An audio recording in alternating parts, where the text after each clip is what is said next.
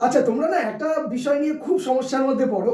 দেখবে যে কিছু সেন্টেন্স আছে, you drink sometimes, Ankit wants my help, you are already, ঠিক আছে? এইগুলো দেখো মানে কি বলতো, কোয়েশ্চেন মার্ক দেওয়া আছে। এগুলো ফুল স্টপ না বসিয়ে কোয়েশ্চেন মার্ক দেওয়া আছে। তোমরা ভাবলে কি ব্যাপার, এখানে তো ফুল স্টপ বসার কথা, কোয়েশ্চেন কেন বসানো আছে? কোয়েশ্চেন বসানোর কিন্তু কারণ আছে। দেখো, এই ধরনের সেন্টেন্সগুলোকে বলা হয় ডিক্লারেটিভ টাইপ কোয়েশ্চেন। এই ধরনের কোয়েশ্চেনগুলো যখনই তোমরা পাবে, দেখবে একদম সেন্টেন্সটা সাদাসিধে মনে হলো, যখন শেষ হবে বা মানে করবে, তখন দেখবে ওর শেষে যেন একটা প্রশ্নবোধক আভা বা ভাব তোমরা পেয়ে যাবে প্রত্যেকটা সেন্টেন্সের ক্ষেত্রে। এখানে আমি তোমাদেরকে উদাহরণ দিই।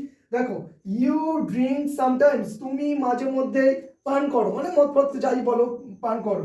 তোমায় জিজ্ঞাসা, তার মানে তোমাকে যখনই বলছে ইউ ড্রিঙ্ক সামটাইমস, তুমি মাঝে মধ্যে পান করো, তার মানে হ্যাঁ না না জিজ্ঞাসা করা হচ্ছে। দেখো, তারপরে অঙ্কিত ওয়ান্টস মাই হেল্প, ঠিক আছে, অঙ্কিত আমার সাহায্য চাই, মানে চা নাকি সেই ব্যাপারটাকে একটু চাপ দিয়ে বোঝানোর চেষ্টা করা হয়েছে, মানে এটা করার চেষ্টা করা হয়েছে। ইউ আর অলরেডি, তোমরা সবাই প্রস্তুত, তোমরা সবাই প্রস্তুত। দেখো, শেষে প্রশ্ন জিজ্ঞাসার মতো ভাব আছে, তোমরা সবাই প্রস্তুত তো, এইরকম ভাব। পরেরটাই দেখো, এখানে লক্ষ্য করো, you did not complete the answer, তুমি উত্তর কমপ্লিট করোনি। স্কুলে গেছো, স্যার বলো you did not complete the answer, তুমি উত্তরটা কমপ্লিট করোনি।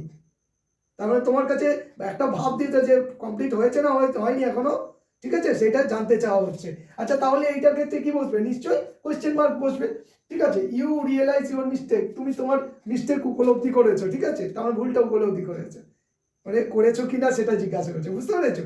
তাই জন্য এই ধরনের সেন্টেন্সে আমরা কি করি, ফুল স্টপ না বসিয়ে কি করি, কোয়েশ্চেন মার্ক বসাই। আশা করি তোমরা বুঝতে পারলে।